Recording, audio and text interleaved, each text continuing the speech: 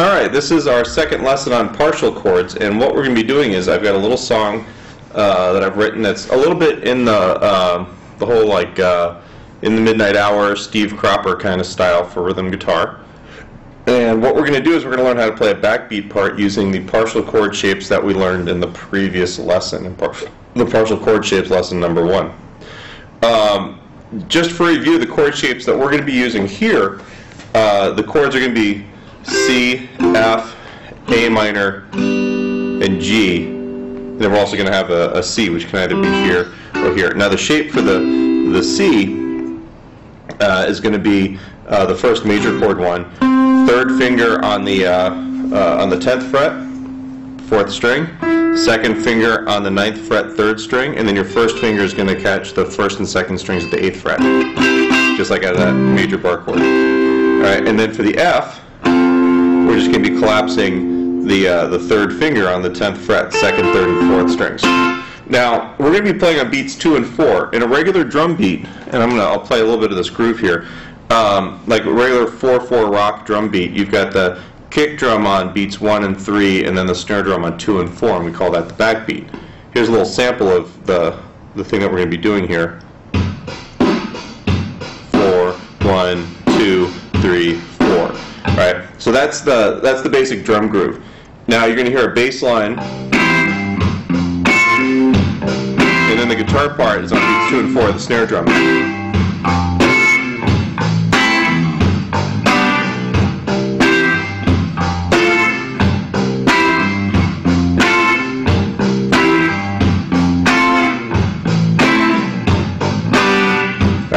So the first part, there's actually 2 sections to this, and the first part we're going C to F, which are the first 2 chords I showed you, and then the A minor chord, you're going to be barring your first finger on the 1st, 2nd, and 3rd strings at the 5th fret, and then your 3rd finger is going on this A on the 4th string, 7th fret.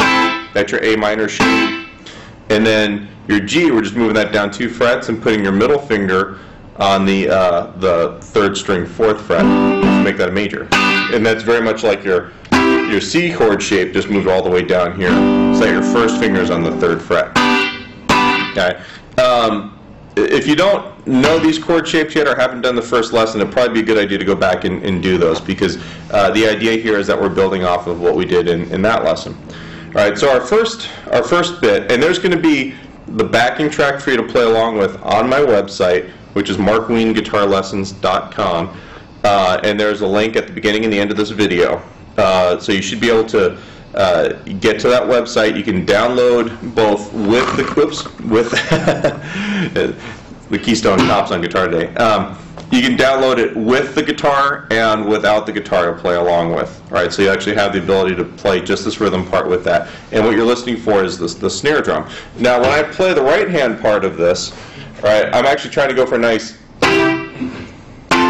really sharp. Because what you're doing is you're doubling the snare drum. You've got a part that fits in the groove nicely, because in a lot of these styles of music, the more complicated your parts are, the less the whole thing grooves. We want something simple that's going to kind of fit in this tapestry. You know, everybody's got a part, and the parts all fit in each other's holes. Right? If they don't mesh like that, then there's no groove happening. And this is actually going to be part 1 of a couple lessons just based off of this little song that we've got here. And I'm going to give you a couple of the little Steve Cropperisms to kind of fill out, and you can kind of see how the parts fit together. This week we're just doing the basic backbeat part that would work for any kind of like Stax Records or Motown kind of tune where you've got this sort of groove. All right, so that's that. Also, the chart of the sheet music is going to be on the site too, so you definitely want to go ahead and download that stuff and print it out, and you'll have the track with the recording. Then you also have the sheet music to play with. All right, so we've got where we're doing the C and the F. 1, 2, 3. We do 3 bars of that. 1, 3, and then we're doing the A minor, and then the G. All right, and that'll go about 3 times, and then the next section we're going to have A minor for a full measure, and then G, and then C, 3, 1. And it's going to do this 4 times.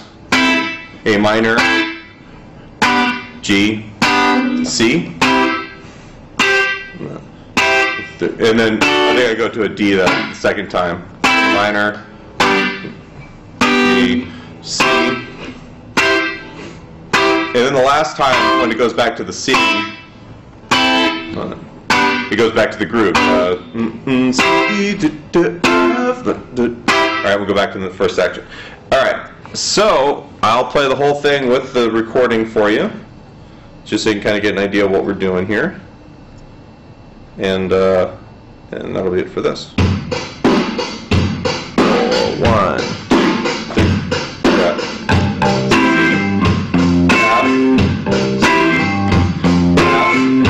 C, A minor,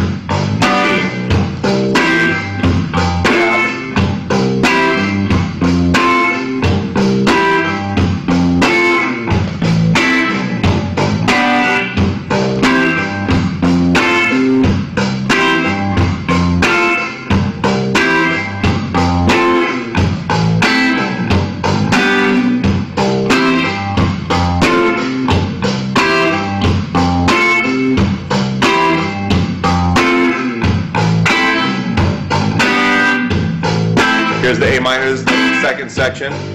G, C, full measure of the C chord. A minor, G, C, I think it goes here to D. A minor, G, C.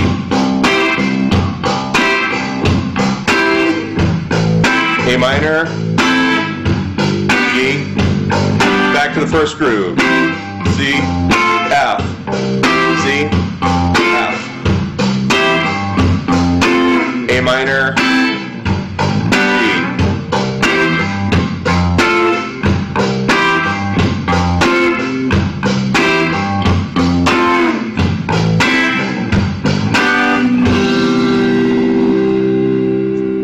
And we just end on the C chord. All right, next lesson will be about some sliding sixths and some other parts that will fit in the pocket.